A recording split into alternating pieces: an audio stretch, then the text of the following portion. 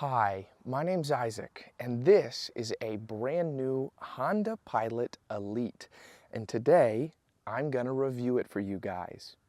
I have reviewed well over 200 cars by now, but I have never seen my mom so excited for one of the cars that I was gonna review as this Honda Pilot. She was over the moon when I told her Honda was going to provide this as a press vehicle for me. And you'd think she'd be excited for the Miata I had a little while ago, or maybe the sporty Hyundai Santa Cruz. But no, this Honda Pilot was so exciting to her. Now, to give context, she has a 2017 Honda Pilot, and so she wanted me to take her for a ride, show her all the features, and I did, don't worry. Literally, she said to me, Isaac, this can be my Christmas present. This is all I want. I just want to ride in this new Pilot.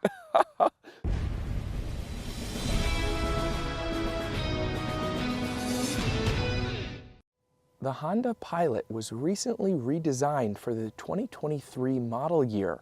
And not to diss my mom's 2017 Pilot, but I think this is the sharpest looking version of the SUV that we've gotten so far. It has great rugged lines while also maintaining Honda's corporate styling. Here on the Elite, you'll get full LED headlights with LED daytime running lights. Way down at the bottom of the front end, you'll also get LED fog lights. When it comes to safety, parking sensors dot the front end, and there's also a sensor incorporated into the Honda logo in the front, and above that there is a camera for the 360-degree camera system. And if that wasn't enough, there's also a camera located at the top of the windshield. Moving underneath the hood in this Pilot, it's powered by a 3.5-liter V6, making 285 horsepower and 262 pound-feet of torque. And that is paired to a 10-speed automatic transmission. The EPA estimates for this are 19 city, 25 highway, and during my time with the Pilot this week, I averaged 21.5. Moving to the profile of the Pilot Elite, I want to highlight this is a 2023 model year Pilot. I'm actually filming this video at the end of 2023, and I believe it's going to come out in early 2024. But the 2024 model year doesn't change a ton on the Pilot because it's such a new body style. Editing Isaac here. After talking with Honda, the only update to the 2024 model is that the rear seats get USB-C instead of USB-A. Other than that, they're identical. So I just wanted to mention that up top. Moving down here to the wheels and tires, you'll get Bridgestone 255 50s around these 20-inch wheels that are two-tone in color. They're simplistic, but I think they really fit the look of this SUV quite well. They're not overly gaudy. Moving up to the mirror cap, they are body colored, and you can see they're folded in right now. This has keyless entry. I have the key in my pocket, so if I put my hand back here, that will unlock the vehicle and fold the mirrors out. There is a turn signal indicator right here, a camera right here, and a puddle light. You'll also get blind spot monitoring, and they are power adjusting. Continuing on, the keyless entry also extends to the rear doors. I think that's nice. So if I tap this, I can lock the vehicle from back here. And then moving to the gas cap, it is locked right now, but fear not, you don't actually have to pull a tab inside or anything. If I unlock the vehicle, that also unlocks the gas cap. So it's nice, you don't have to fiddle around inside, but it still is lockable. And then moving to the rear, I found an interesting aesthetic design choice that I wanted to share with you guys. So this Pilot appears to have dual exhaust. It's got those chrome exhaust tips right there, but if you look closely, they're actually fake. So initially I thought, oh, well, this probably just has a single exhaust, and that's a styling choice. Well, going underneath the SUV, there's one exhaust, and there's two. So it is actually dual exhaust, but I guess they just couldn't get it to fit in that specific design. I don't know why they chose to do that, but I think it's particularly funny that it is dual exhaust, but that isn't actually where it comes out of.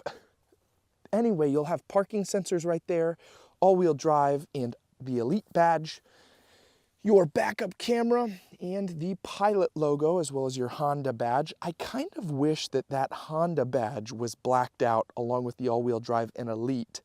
I understand there are some small chrome accents around here, but I think the blacked out look looks a little bit cooler. Now, moving to the rear liftgate, there is a multitude of ways to open it. For starters, you can use the key fob. You can hit that button. That will open the rear liftgate. You can swipe your foot. That will open up the rear liftgate. That's becoming a very common feature. You also have the ability to do it from inside. There is, of course, a button right underneath the Pilot logo. And then to close it, you have a button right here. And then there's also a button right here that will close it as you can kind of walk away. And then there's a 12-volt and some smaller storage here and a much deeper storage area with some bubble wrap. Bubble wrap not guaranteed to be included on your Pilot. This is not a ton of space back here with the third row up, but it still does give you a little bit of room. Of course, if you want, you can pull these tabs and that will drop the third row seats, giving you much more space back here. You also do have the ability to drop the second row as well to give you even more storage capacity. So I think that is awesome. Let's do this. Boom. Hit the button. We're walking away. There it goes. Look at that. Nice. Hey guys, just jumping in here real quick to let you know that I have merch. I have a variety of t-shirts on my website, beanies, and I've spent thousands of dollars on these 3 professional models to show you guys what my hoodies look like. Wow, look at how good they model. Anyway, if you guys are interested, you can follow the link in the description below. Moving to the interior of the Pilot Elite, this is probably the most luxurious Honda I've ever been in, due in large part to the amount of technology it has, but also this really nice brown interior. Starting here on the door panel, this is a softer touch material up here where you can rest your arm. Down here is an even softer touch material, and then you'll have your window controls, lock and unlock, your window lockout, and your mirror controls, in addition to the button to power fold the mirrors from in here if you'd like. And then you'll have your seat memory settings. They are power operated with power lumbar. Then the button to open the lift gate from inside is right here, traction control off, and the front windshield defroster. So it heats up the front windshield so your windshield wipers won't get stuck if they ice over. And then moving to the steering wheel right here, it is very comfortably wrapped and it is heated. The button is right there. I think that's a fun placement for the button. Then you'll have your volume and channel changing controls for the media. Then there's a small scroll wheel down here that controls the media selection in the digital gauge cluster. That's nice. And then on the other side of the steering wheel, you'll have your radar guided cruise control settings. And then there is another dial that if you spin that, you'll have other options to mess with. And they're pretty standard car stuff right here. You know, your tire pressure, brightness, heads up display settings. That's not very standard. You're right. This Elite has a heads-up display. You can see it right there. It's displaying the miles per hour, which is 0 right now, and what direction we're going. So I really like that Honda has included that right there. I think that's neat. You also get a Bose sound system, which sounds pretty good, all things considered. This steering wheel also has paddle shifters. You'll have a push button right there, and a decently sized infotainment screen. Frankly, it's a little small compared to some of the other offerings in the segment, though that's not necessarily a bad thing. It does everything that I'd want it to. It has built-in wireless Apple CarPlay and Android Auto. There's navigation, Bluetooth, and a bunch of other settings. If I had to levy one complaint against this, there is a lot of settings in here, and it can get very complicated at points where you're trying to, ooh, I don't want to play any music, don't want to get copyright claimed. It can get complicated where you're trying to go. See, navigation's pulled up, and then I go home, and I want to go to CarPlay, but it doesn't always pop up like that. Usually you have to go to smartphone connection, then it would go to my phone. It's just a little cluttered at times. It is fast and responsive, and I'm sure the longer I would spend with the vehicle, the more used to the different settings and spots for where everything is located would get easier for me. But that's just something to note. One good thing is that this does have a physical volume knob, so that's good to see, and you can change the channel from here as well. Moving further down, you'll have climate, hazards, and the full suite of climate controls. These are just the climate vents. You'll have heated seats, cooled seats as well, and then I really like the tactile noise that these dials make. It makes messing, even with just the climate controls, kind of a fun task because they feel more premium and there's that feedback. Down here you have the ability for your rear settings. Now this is funny. Initially I thought this was a rear locker. I'm like, oh my word, this Honda Pilot has a rear locker? What am I, taking this thing off-road? No, this just locks the rear climate settings. So if you want to lock the rear passengers out from adjusting the climate control settings, that's what that is. Not a rear locker to take it off-roading. Down here you have a small storage space, USB and USB-C, a 12-volt, and then wireless charging down here. Now, there is the controversial shift buttons. So there is no longer a shifter in this. It is buttons. I've gotten used to them the more I've messed with them, though personally, if you're going to put them right here, I wish it just had an actual shifter. I'll show you. So to put it into drive, I put my foot on the brake, drive. I'm in it. You can see it's lit up green. We're here. Neutral, same thing. It's lit up red. Okay, I'm in neutral. Park. It's lit up red. I'm in park. Reverse, I push the button back, which is actually kind of a nifty thing. I think that's a cool action. And it will show you on the screen your backup camera and then top-down 360-degree camera. You can hit this button for a slightly wider angle. There are, that takes away the 360. Now it's really wide.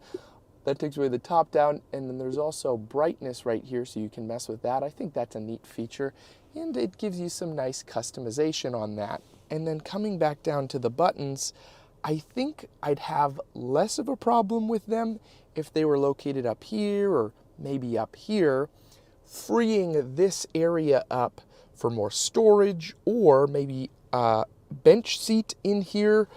But since they're in this location, it's not really freeing up any space, and personally, I would rather just have a traditional shifter, but that's just me. Moving down here, you will have your drive mode selector, and it does actually change what you see on here. Theoretically, you could do quite a bit with this, taking it off-road, though I don't know if many people will be taking their Pilot Elites off-road, though. It does have hill descent control. And then right next to it is the button to turn off the auto engine start-stop functionality. So you come to a stoplight, the engine will shut off automatically to preserve fuel. And then as soon as you start going again, you hit the gas, it'll kick back in. Electronic parking brake right here, and then 2 cup holders. Opening this up, there is a massive amount of storage space in here, though no USBs or anything special. Just a lot of storage. And then moving up to the mirror, it is a standard auto dimming mirror with programmable buttons for garage door opening, I presume, And then there are buttons up here for the fully panoramic moonroof that this comes equipped with. I absolutely love it. I love panoramic moonroofs. You also have a spot for sunglasses, and this kind of doubles as a little, you can hold it in, how does this go? But it also will hold in place to give you a little mirror so you can see all of the rear passengers. I think that's cool. You don't see that on a lot of vehicles, but Honda knows their market. Families will primarily be purchasing this vehicle, and they want to give you the ability to monitor everybody's safety at all times. Moving to the rear of the Pilot, opening the back doors here, they get almost to 90 degrees when they open up, so there is a lot of room when you're loading up passengers in the back, especially if they're younger ones. Now, moving inside here, you'll have some storage pouches on both seats. Closing the doors, you will have little sun shades, which is awesome. I love those. I used to have a Honda Odyssey years ago. Well, my parents had the Honda Odyssey, but I messed with those a lot because we never had the DVD option. Now you will have tweeter speakers back here, and the nice brown stitching continues. There's also cup holders down here. You get those up front too. I forgot to mention that. A lot of storage in here. There's even a tiny space up top in the seats. And then the backseat passenger climate controls are back here, along with rear second row heated seats. And then you'll get a household outlet right there, 2 USBs, they're USB-A, not C, and climate vents. You also have the ability to fold this middle seat down for 2 cup holders and some more storage. There is quite a bit of room back here in the second row. I'm 5'9", and I have, probably 5 or 6 inches of legroom and 2 or 3 inches of headroom. All right, so we know the second row has quite a bit of room, pretty spacious, some nice luxury amenities. Let's see what the third row is like. You can tap this button right here, and that will fold the second row seat forward, and frankly, it gives you quite a lot of room to step back here into the third row, and then pulling this seat into its locking position. I have not as much as the second row. I'd say probably 1.5 inches of knee room and about 1.5 inches, 2 inches of headroom. It's not as cramped as you'd necessarily think. I've been in some third rows that are just abhorrent. But for more than one grown adult, I don't know if I'd necessarily think this would be super comfortable on a longer road trip. You do have 2 cup holders, a climate vent, and a USB. So there are some features back here. You also get a little light. There's some features back here to make this less claustrophobic, but I can imagine 3 people being squeezed in here would be a lot. Kids, that's another story. There's a pretty decent amount of space back here if you have younger kids.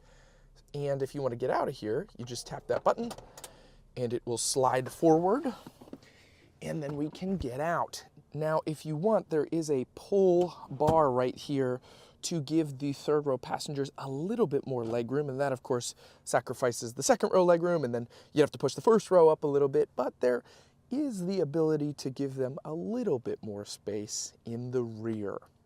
Driving the Honda Pilot Elite. This is exactly what I thought it would be, but that's not a bad thing.